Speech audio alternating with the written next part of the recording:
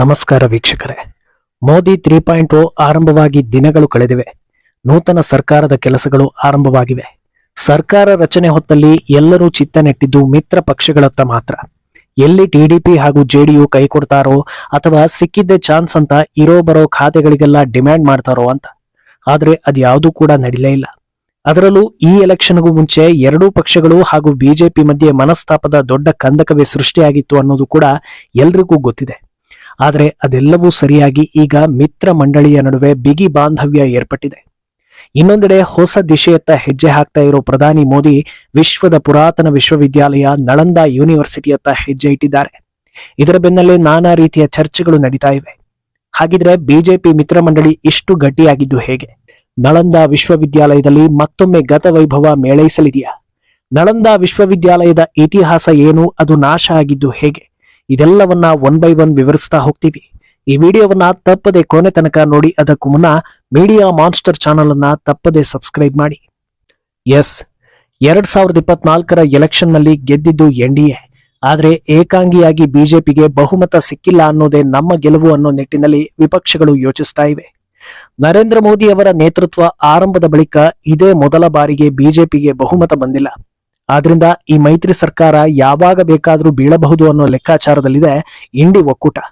ಆದ್ರೆ ಈ ಮೈತ್ರಿಯನ್ನ ಕೆಡವೋದಕ್ಕೆ ಎಷ್ಟೇ ಪ್ರಯತ್ನ ಮಾಡಿದ್ರೂ ಅದು ಮತ್ತಷ್ಟು ಬಿಗಿಯಾಗ್ತಾ ಇರೋದು ಎಲ್ಲರ ಅಚ್ಚರಿಗೆ ಕಾರಣವಾಗ್ತಾ ಇದೆ. ರಿಸಲ್ಟ್ ಬಂದ ಬಳಿಕ ಜೆಡಿಯು ಹಾಗೂ ಟಿಡಿಪಿಯನ್ನ ಟ್ಯಾಕಲ್ ಮಾಡೋದಕ್ಕೆ ಕಾಂಗ್ರೆಸ್ ಬಹಳ ಯತ್ನ ನಡೆಸಿತು. ಅದರಿಂದ ತಮ್ಮ ಸರ್ಕಾರ ರಚನೆ ಆಗೋದಿಲ್ಲ ಅನ್ನೋದು ಗೊತ್ತಿದ್ರೂ ಬಿಜೆಪಿ ಸರ್ಕಾರವನ್ನ ರಚಿಸಬಾರದು ಅನ್ನೋ ಕಾರಣಕ್ಕೆ ಭಾರಿ ಸರ್ಕಸ್ ನಡೆಸಿತು. ಆದ್ರೆ ಅಂತಿಮವಾಗಿ ಎನ್ಡಿಎ ಮೈತ್ರಿಕೂಟ ರಚನೆ ಆಗೋದನ್ನ ತಪ್ಪಿಸೋದಕ್ಕೆ ಸಾಧ್ಯವಾಗಲೇ ಇಲ್ಲ.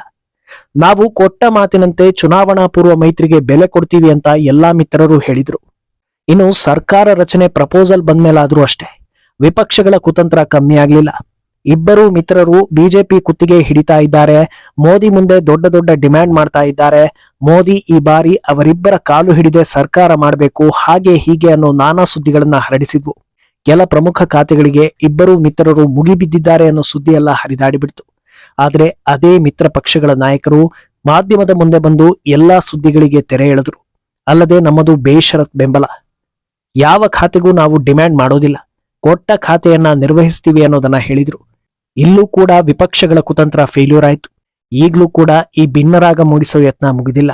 ಸ್ಪೀಕರ್ ಸ್ಥಾನಕ್ಕೆ ಯಾರನ್ನ ಆಯ್ಕೆ ಮಾಡಲಾಗುತ್ತೆ ಅನ್ನೋದು ಇನ್ನೂ ಬಾಕಿ ಇದೆ. ಈಗಾಗಲೇ ಜೆಡಿಯು ನಮ್ಮ ಕಡೆಯಿಂದ ಏನೂ ಅಭ್ಯಂತರ ಇಲ್ಲ, ಯಾರನ್ನ ಬೇಕಾದ್ರೂ ಆಯ್ಕೆ ಮಾಡಿ ಬೆಂಬಲ ಕೊಡ್ತೀವಿ ಅನ್ನೋ ಮಾತನ್ನ ಹೇಳಿದೆ. ಆದ್ರೆ ಟಿಡಿಪಿ ಕಡೆಯಿಂದ ಇನ್ನೂ ಯಾವುದೇ ಓಪನ್ ಸ್ಟೇಟ್ಮೆಂಟ್ ಬಂದಿಲ್ಲ. ಆದ್ರಿಂದ ಇದನ್ನೇ ಬಲ ಮಾಡಿಕೊಂಡಿರೋ ವಿಪಕ್ಷಗಳು ಸ್ಪೀಕರ್ ಆಯ್ಕೆಯಲ್ಲಿ ದೊಡ್ಡ ಹಂಗಾಮ ಆಗಲಿದೆ ಅನ್ನೋದನ್ನ ಬಿಂಬಿಸ್ತಾ ಇವೆ. ಅದರಲ್ಲೂ ಟಿಡಿಪಿ ಯಾವ ರೀತಿಯ ನಿಲುವು ತೆಗೆದುಕೊಂಡ್ರೂ ಅದಕ್ಕೆ ಇಡೀ ಇಂಡಿ ಒಕ್ಕೂಟ ಬೆಂಬಲ ನೀಡುತ್ತೆ ಅನ್ನೋ ಮಾತನ್ನ ಕೂಡ ಹೇಳಿಕೊಂಡು ಬರ್ತಾ ಇವೆ. ಆದ್ರೆ ಸ್ಪೀಕರ್ ವಿಚಾರದಲ್ಲಿ ಇಷ್ಟೆಲ್ಲ ಜಟಾಪಟಿ ಇತ್ತು ಅನ್ನೋ ಹಾಗಿದ್ದಿದ್ರೆ ಅದಕ್ಕೆ ಪೂರಕವಾದ ವಾತಾವರಣ ಸೃಷ್ಟಿಯಾಗಿರ್ತಾ ಇತ್ತು.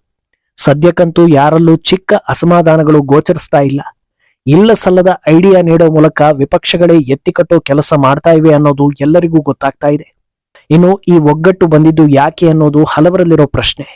ನಾವಾಗ್ಲೇ ಹೇಳಿದ ಹಾಗೆ ಈ ಬಾರಿ ಚುನಾವಣೆಗೂ ಮುನ್ನ ಈ ಮಿತ್ರರ ನಡುವೆ ಎಲ್ಲವೂ ಸರಿ ಇರಲಿಲ್ಲ. ಕಳೆದ ವರ್ಷ ಬಿಹಾರದಲ್ಲಿ ಎನ್ಡಿಎ ಮೈತ್ರಿಕೂಟಕ್ಕೆ ನಿತೀಶ್ ಕುಮಾರ್ ಶಾಕ್ ಕೊಟ್ಟಿದ್ರು. ಎದುರಾಳಿಗಳ ಜೊತೆಗೆ ಕೈ ಜೋಡಿಸಿ ಸರ್ಕಾರ ಮಾಡಿದ್ರು. ಇಂಡಿ ಒಕ್ಕೂಟದ ಎಲ್ಲಾ ಸಭೆ ಸಮಾರಂಭಗಳಲ್ಲೂ ಕಾಣಿಸಿಕೊಳ್ತಾ ಇದ್ರು. ಆದ್ರೆ ಅದೇನಾಯ್ತೋ ಗೊತ್ತಿಲ್ಲ.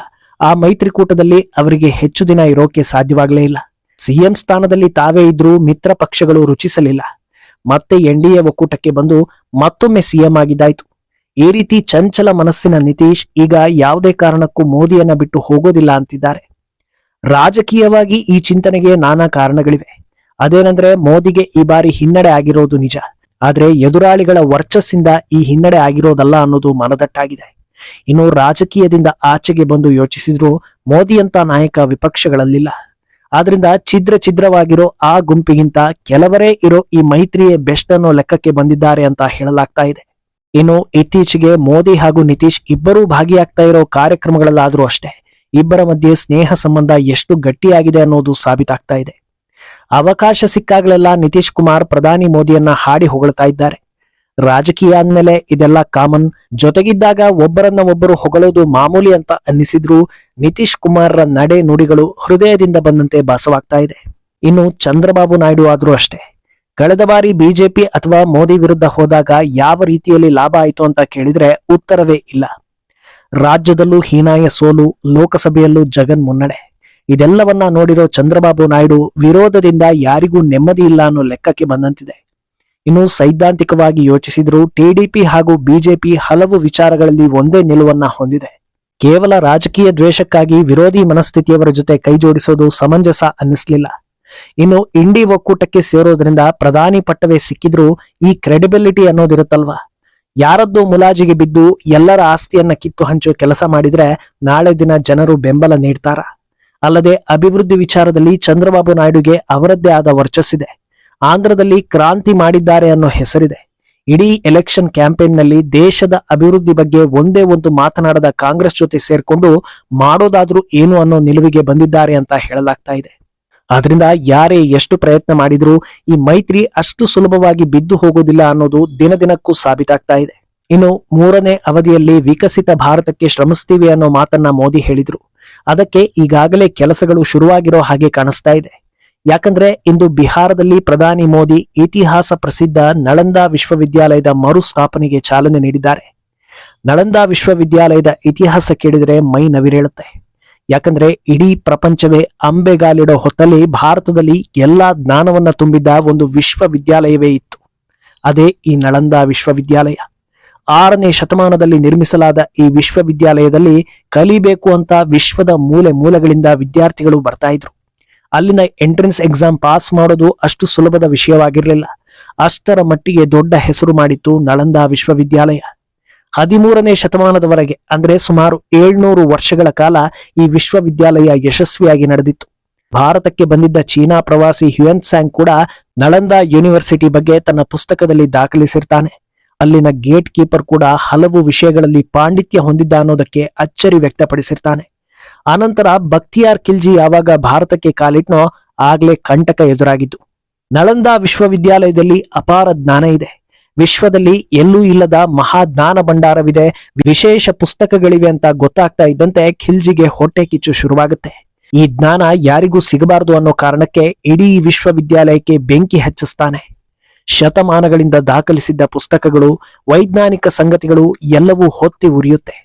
ನಳಂದಾ ಲೈಬ್ರರಿ ಎಷ್ಟು ದೊಡ್ಡದಾಗಿತ್ತು ಅಂದ್ರೆ 6 ತಿಂಗಳುಗಳ ಕಾಲ ಆ ಲೈಬ್ರರಿ ಹೊತ್ತಿ ಉರಿತಾ ಇತ್ತು ಅನ್ನೋದು ಪುಸ್ತಕಗಳಲ್ಲಿ ದಾಖಲಾಗಿವೆ.